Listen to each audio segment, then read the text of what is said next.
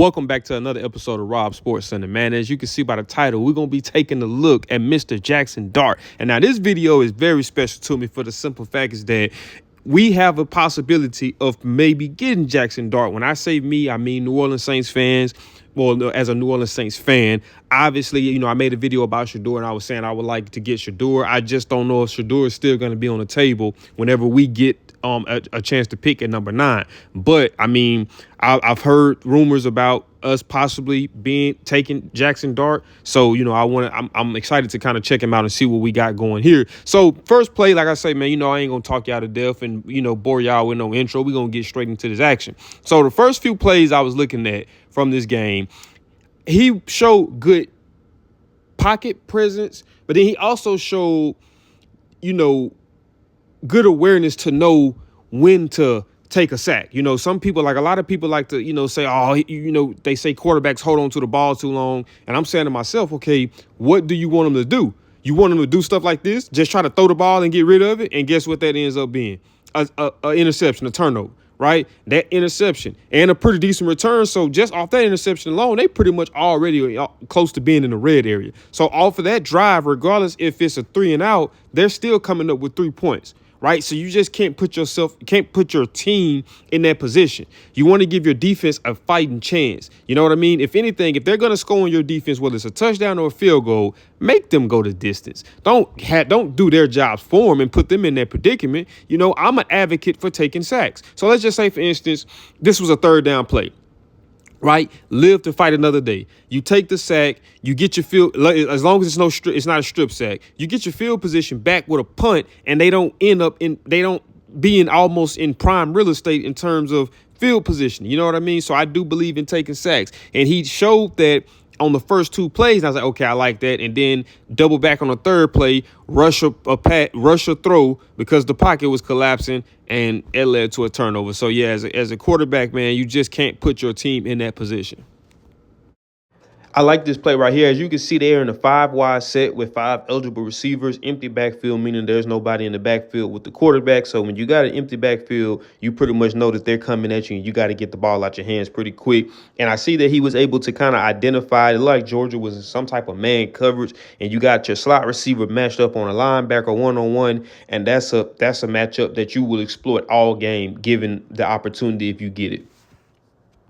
So I like this play right here. You want your quarterback to take command of the offense. And I feel like that's what he kind of did on this play right here. You see that he sends a guy in motion. And once he sends that guy in motion, the Georgia defender follows him over. Number 8 chases him, which lets you know what? That they're in man-to-man coverage, because if they was in zone, then it would just be a bump down thing, and it'll just be the next man. He'll carry over.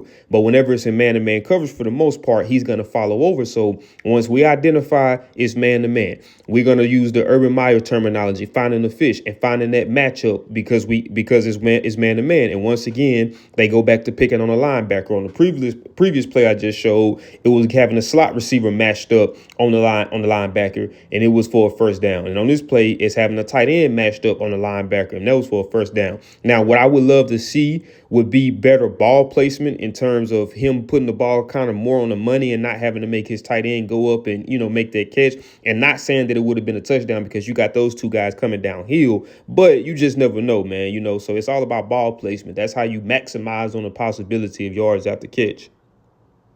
This is a nice rep right here. So obviously you see that pre-snap, he's using motion to probably try to help identify, not saying that that's the only reason why, but to identify what the defense was in. So you remember the previous clip when they sent them in motion, he followed with him, which was signifying that it was man, and they had the favorable matchup they got. And this time they sent them in motion. But you see the linebacker was communicating, I guess, basically saying, okay, even though they sent them in motion, we're not going to show them that we're in man, because you do have it to where you can do like that and just be like, okay, he motions over and we just bump him down. So it'll look like zone based off the fact that he didn't follow with him, but it still looked like a variation of man. So I would say where he showed good pocket presence. So if you look on this play right here, initially number 32, he was on the outside showing as if he was going to blitz. But once the ball was snapped, what does he do?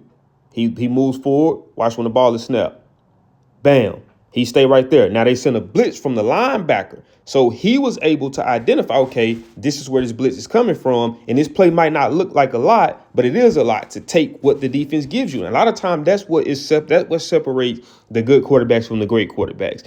Just understanding sometimes it's not always about the home run plays. It ain't always about the 10-yard game, the 15 to 20-yard game. Sometimes, man, it's all about the short game. You know what I mean? Check the ball down if there's nothing there. Don't force nothing and put your team in a bad position. So that he showed good pocket presence to me on that play.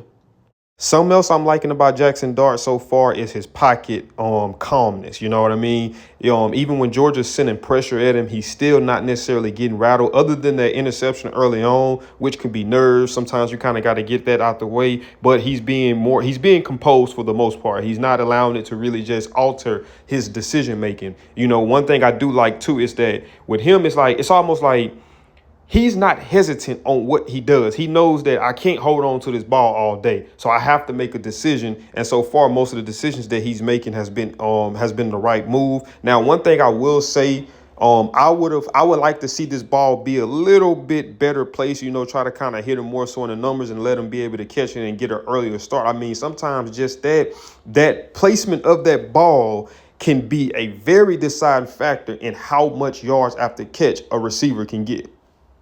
This was another interesting situation right here, man. You got Ole Miss. They're pinned in their own end zone, 3rd and 10. A sack or anything that doesn't move forward is 2 points on the board for the other team and getting the ball back. But they did a good job on execution here from Ole Miss. But then I'm noticing, too, that Georgia, it looks like a lot of these plays that Georgia is only rushing 4. I mean, I'm not quite sure if I've seen a blitz yet, but by them only rushing 4, you got to have some dogs at D-line to only rush 4 and think that you're going to consistently be able to get pressure on the opposite team, and on this play right here, particularly, they was rushing 4, so they didn't. And then they had a running back to chip just in case anybody did go free. And then if you look at on the outside, Jaxon Dart already knew where he was going, because I'm pretty sure he probably went through his pre-snap reads to really identify that they're in man coverage, because like Georgia running a lot of man coverage as it is, and you got the middle linebacker that they kind of look like either they left him there for a spy or he was waiting to see what was the running back going to do. But if you look at the corner's playing like maybe 7, 8 yards off. So obviously, yeah, that's an easy completion right there. You run 2-3 yards, stick your foot in the ground, and I place the ball in good positioning and, get some yards after the catch. For one, it pulls us out of the end zone. So even if we didn't get the first down, we still get out of the end zone. So now when we punt it, we don't have to be punting from it inside the end zone.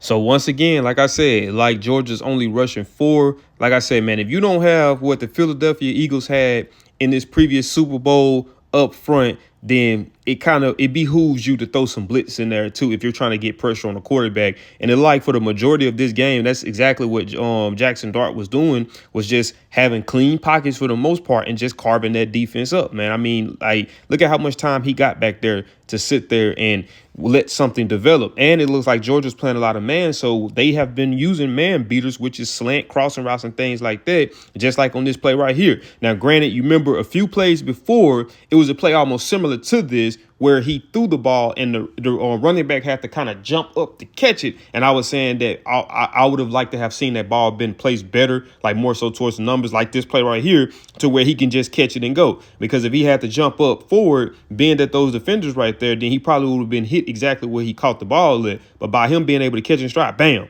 there we go right there. We ready to rock and roll now. So, yeah, that was beautiful ball placement right there for him. Once again, on this play right here, I'm not quite sure what's going on. I mean, I'm seeing Georgia rushing 3. I'm not quite sure if they was using the other linebacker, if he was supposed to stunt and hit another gap and get pressure going. But he kind of sat right there, which makes no sense because there was nobody in the backfield. And then Jaxon Dart isn't that mobile of a quarterback like a Jalen Milroe or like a Riley Leonard, to where you really have to spy him. Obviously, you would want to be you will want to be disciplined in your rush lanes, not to go past them. But for the most part, you're not really going to put no spies together to try to stop Jaxon Dart. But not to use a pun, Dart with a dart on this play right here. Once again, man, having a pretty clean pocket, being able to drop back and let this play develop. Once again, man-to-man coverage. Once again, what is it again? A slant crossing route that's been eating them alive. Good ball placement in the back of the end zone leads to an easy touchdown.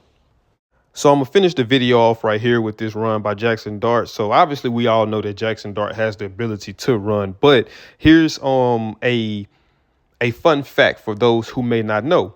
Obviously, we've seen that Georgia was playing a lot of man-to-man coverage in this game. They actually sent us a five-man extra blitz. They sent the blitz on this play, a five-man pressure. But guess what? As soon as they sent the five-man pressure, them being in man coverage, when you're in man coverage as defensive backs, most of the time your back is to the quarterback because you're focused on guarding your man. And plus, you can't be undisciplined and leave your man to try to go stop him, because guess what? As soon as you leave your man, he gonna pop the ball right to the guy that you're leaving, and that'll be a big play, if not a touchdown. So you'll rather take him getting the first down and maybe a 10, 15-yard gain opposed to a 30, 40-yard gain touchdown, depending on where you at on the field. But like I say, man, I was impressed. I like what I seen from him. I would like to kind of see him be a little bit more challenged in terms of pressure in the pocket. Like I said, for the most part, most of these clips I was looking at, Georgia was really only sending a four-man rush, so he was having a clean pocket. And if you got a clean enough pocket, man, especially with athletes, it's not really hard to look elite. And I'm not saying that he's not really good. I just got to see a little bit more before I can just be like, okay, yeah, nah, he's really like that. But I was impressed with what I said. Like I said, the biggest thing for me too, a big upside to it was his demeanor.